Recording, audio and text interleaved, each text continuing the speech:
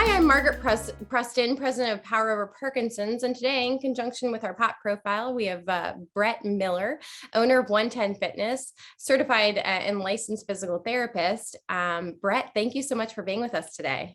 Yes, thank you. Honored and humbled and very excited to be here. Thank you. Yeah, we're excited to share everything you're doing in the PD community. So if you're ready, let's get started. Absolutely. So, as I noted, you're a physical therapist by trade. Tell us what led you down this path of working in the neurological space. Sure. Interestingly enough, prior to really diving in and getting focused on neurology, I had been practicing for 20 years and had worked in multiple different settings. And at the time that the transition occurred, I was actually building wheelchairs, custom seating systems, and braces.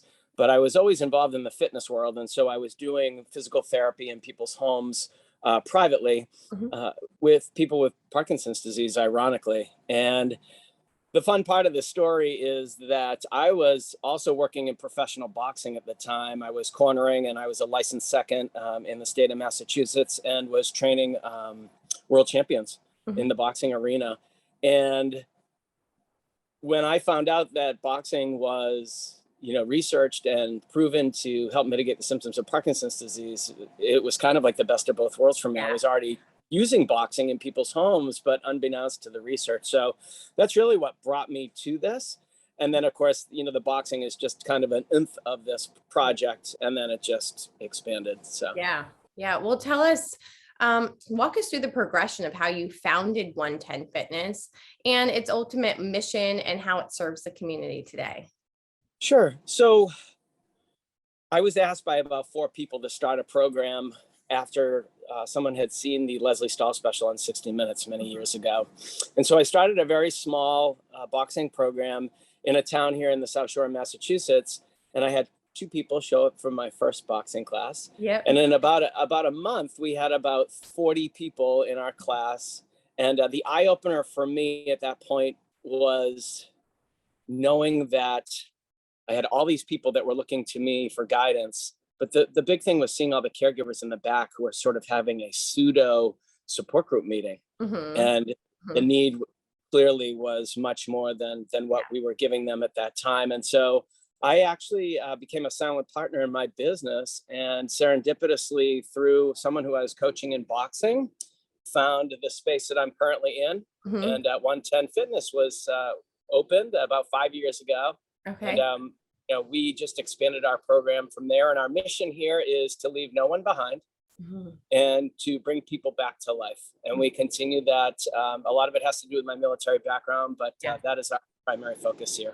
Yeah, that's fantastic. I love that you kind of saw the need and filled that gap, in addition to the physical exercise gap, but also just the support, camaraderie.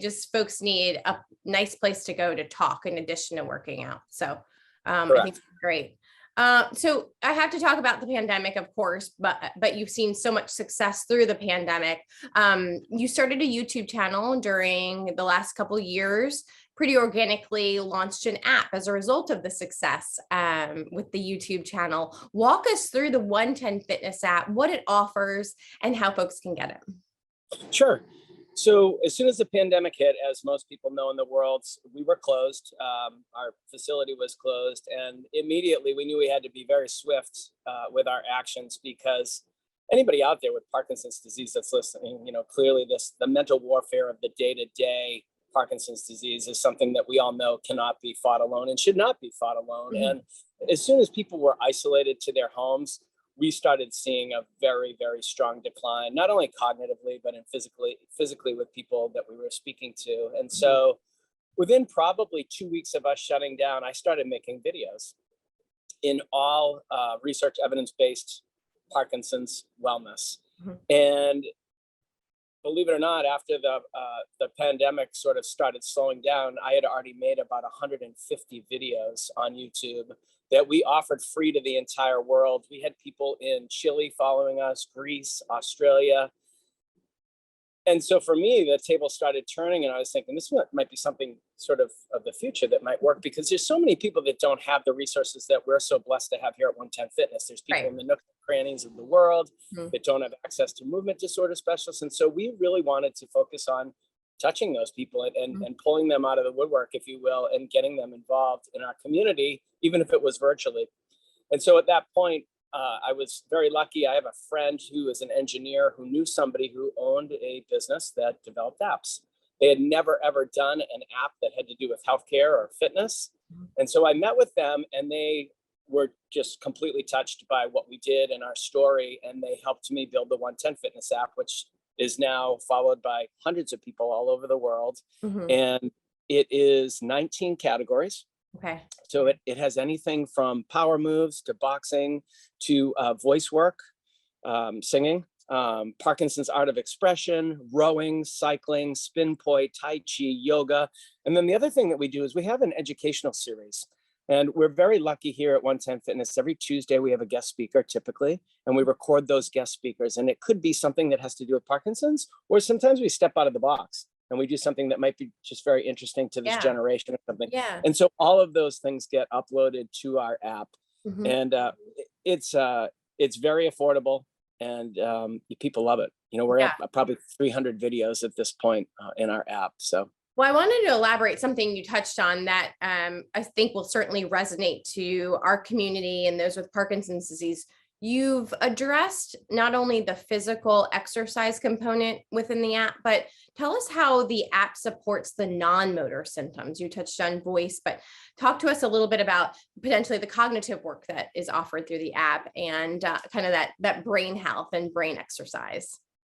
yeah, this is a great question. We're currently working on a new category that's going to be what we're going to call the brain gym. Mhm. And so it's going to be very isolated to just plastic work for the brain.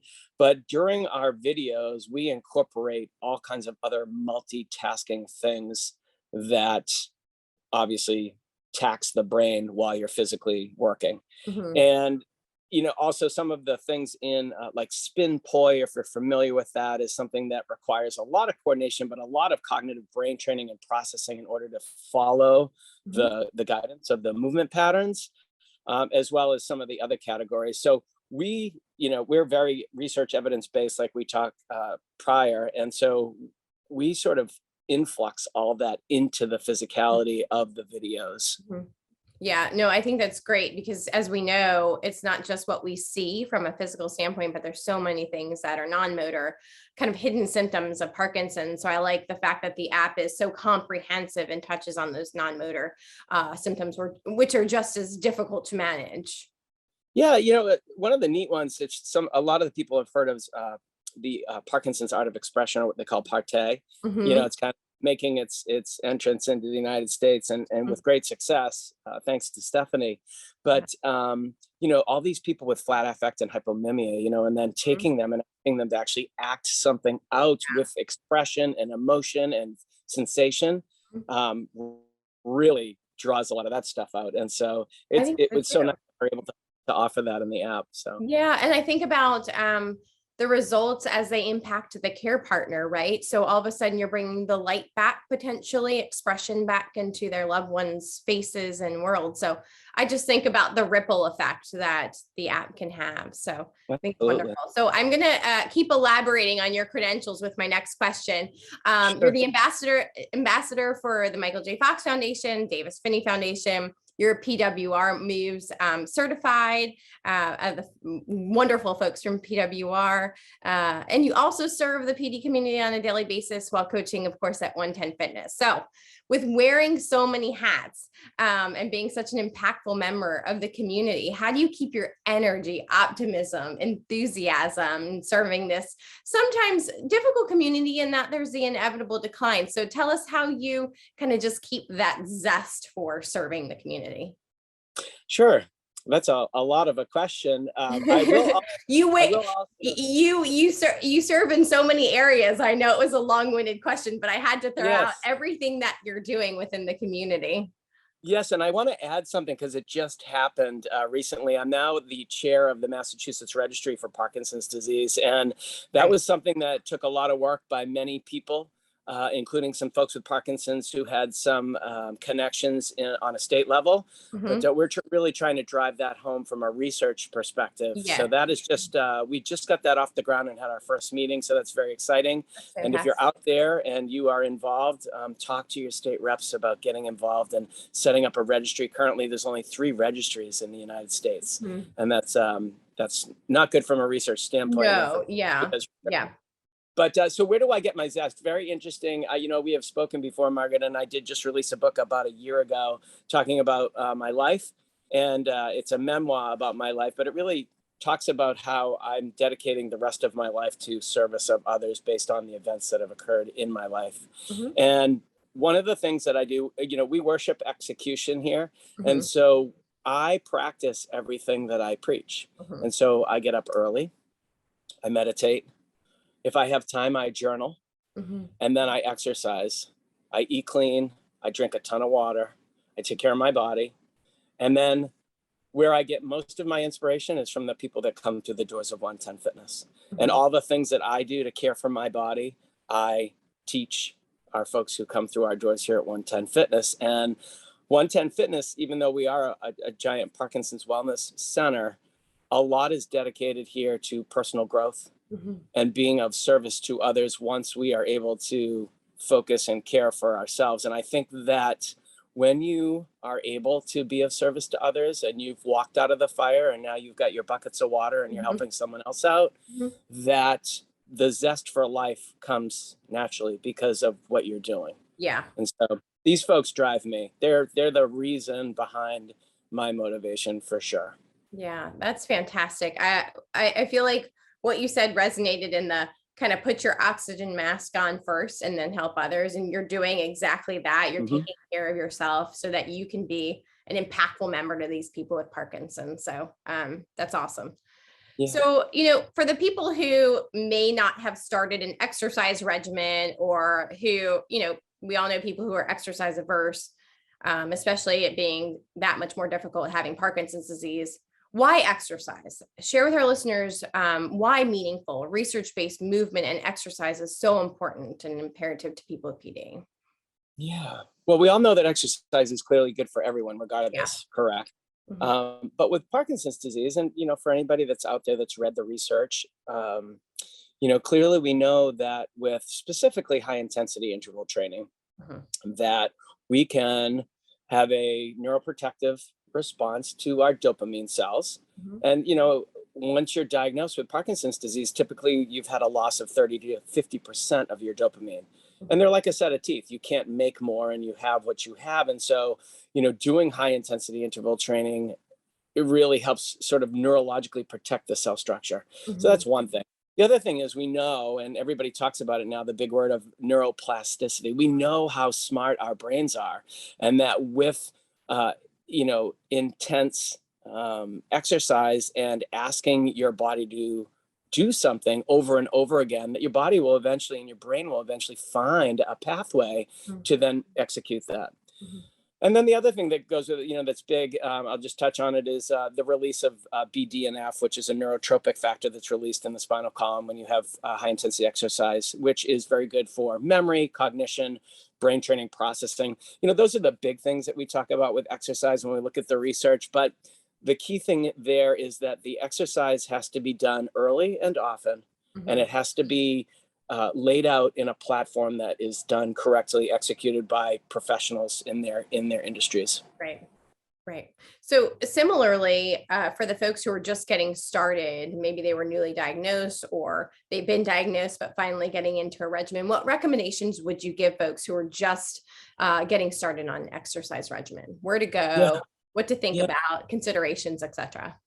yeah. This is a great question, and I receive this often. Again, not everybody lives in Massachusetts and can come to our facility. And I just Right. wrote a blog. I just wrote a blog for the Davis Finney Foundation talking about what to do when you're first diagnosed from the exercise perspective. And one of the things that we know when we look at the research, I'm just going to touch on that. I keep going back to data and research, is that if you start to get involved, you heard me say early and often, the sooner you're involved with exercise and camaraderie and community, your chances of living a beautiful life with Parkinson's are drastically increased. Mhm. And Vice versa. If you're not getting involved, you're maybe isolating and you're not getting out of your house, or you think that you're too far gone, if you will, the numbers drop off quickly. And it's very scary when we look at that research. And so the first thing that I always tell people is they need to connect with a movement disorder specialist. And what I mean by connect, they need to find somebody who they can feel comfortable being transparent about what they're experiencing, but also finding a movement disorder specialist that is also open about other options outside of just medication, right? You want somebody that can speak to, look at the whole picture. You want this 360-degree global support system from your movement disorder team.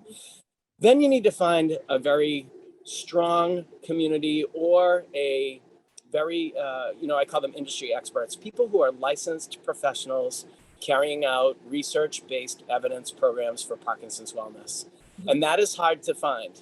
And so sometimes you have to do a little research on your own. Sometimes you reach out to Michael J. Fox Foundation. Sometimes you reach out to Davis Finney and you say, hey, listen, I live in Arkansas. I was just diagnosed with Parkinson's disease. Do you know of a credentialed wellness center that's carrying out programming? And so once you lock that in, you're golden. The hardest part about that, though, and everybody knows it, and we all talk about it, is the initial steps of crossing the thresholds and getting into that space. But once you find it, you should hold on to it and not let it go, because it's critical. It's critical for your family, for your own personal growth, but also, again, like I talk about, like you can live a very nice life with Parkinson's disease if you dedicate yourself to the discipline of the research. So. Yeah. Well, it sounds like you're also communicating, don't be scared if there's a failure along the way. So exercise might be a little bit like throwing spaghetti. If you try something that doesn't fit, try something else. There's various types of forms of exercise, as we know. So don't get discouraged, kind of find what works for you. Correct. Awesome. So let's say folks they've got a wonderful workout regimen. They found that kind of sweet sauce, if you will. Tell us about, inevitably there's off days. So talk to us, what's your prescription for handling the off days? There's schools of thoughts, right? It's a bad day, I'm just going to be sedentary and that's that. Should people with PD give themselves that day off, or should they kind of just push through, get out, see their community, do their exercise, ideally feel better afterwards? What's your school of thought in terms of handling those just inevitable bad days? Yeah, and they are inevitable. Again, this is, all these folks are snowflakes and they sometimes never know what they're going to get when they wake up in the morning. And so, one of the things I already told you that, we worship execution here. And so, getting up and being a part of this community is critical for their survival, literally. But something else that we talk about at 110 Fitness, and I don't mean to be religious or biblical in any fashion, but we use the quote that too much is given, much is required. And we talk about how we, again, 110 Fitness is very, very based on personal growth as an individual on top of caring for your Parkinson's disease. And so we spend time with our folks saying, you've been given this facility and all of these resources to connect and navigate your Parkinson's disease. And so the world is then requiring you to be of service to others. And part of that is getting up and being a part of this community. And so we're here all the time, but we also talk about Sunday as being a family day. So we are not open at 110 Fitness. And that is a day for anybody that comes to our facility to be with their family, go out for a walk, maybe enjoy nature, or do something that's not high intensity interval training. Your body needs rest, certainly. Yeah. And we preach a lot of rest for people with Parkinson's. We work hard, play hard, but we also rest well. Unless it's a medical issue where you're having a problem that puts you at risk, clearly, we want you to get here. And I can't tell you, and everybody out there that's listening, you'll hear this 100 times. They're like, I feel so much better. I'm so glad I came. Yeah. You hear it all the time, right? And even for myself, I don't have Parkinson's disease, but I know on those days where I'm like, I want to hit the snooze button, I'm fatigued, I'm tired, but I get out there and I'm active and all those things start to generate, like, I feel so much better. Right? Yes. So. Yeah.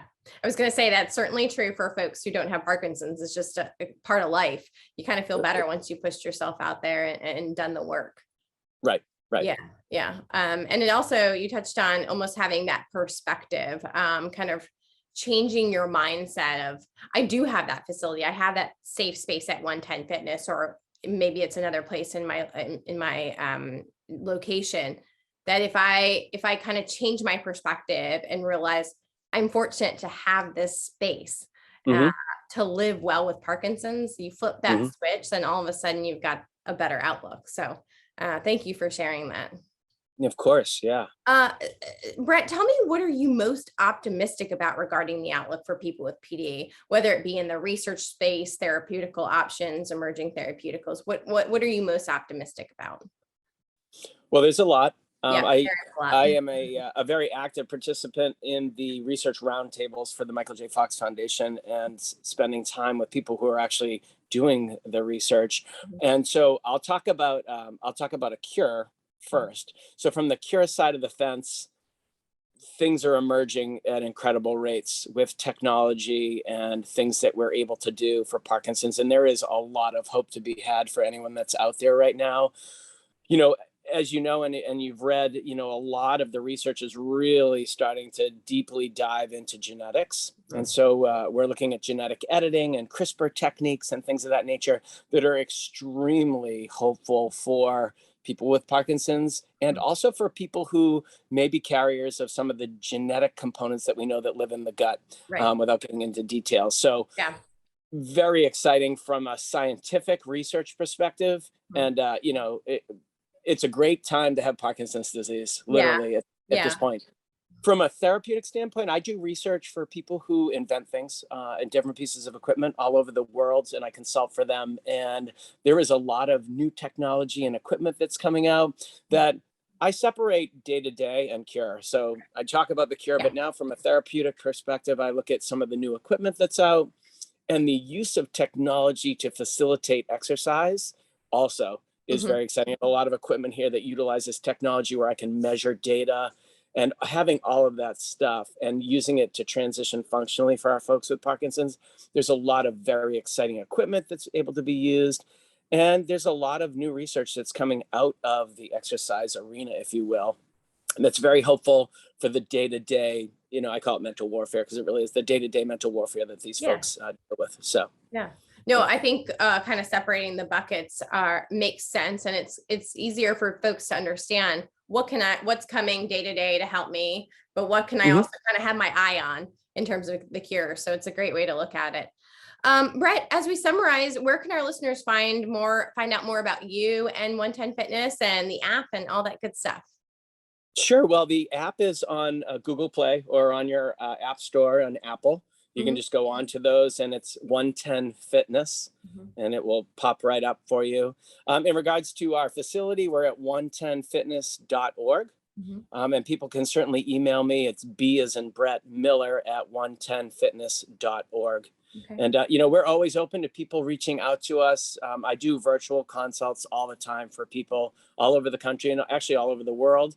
And some people just want to talk to me and just get resources. And that's part of my giving back as an ambassador to the Davis Finney and the Michael J. Fox Foundation, is saying, hey, listen, I live in Sacramento. Do you know anybody? And using sort of the resources that I have to help people get where they need to be. Yeah, that's great. I think I learned something from that aspect, that folks can potentially Zoom with you and leverage your expertise, even though they're not in your locale. So that's fantastic. And I will also provide all that information at the conclusion of the interview too. So it'll be in written form and folks can access what you noted as well. So Brett, it was my pleasure speaking with you today. Thank you for sharing your time with our Pop Profile series.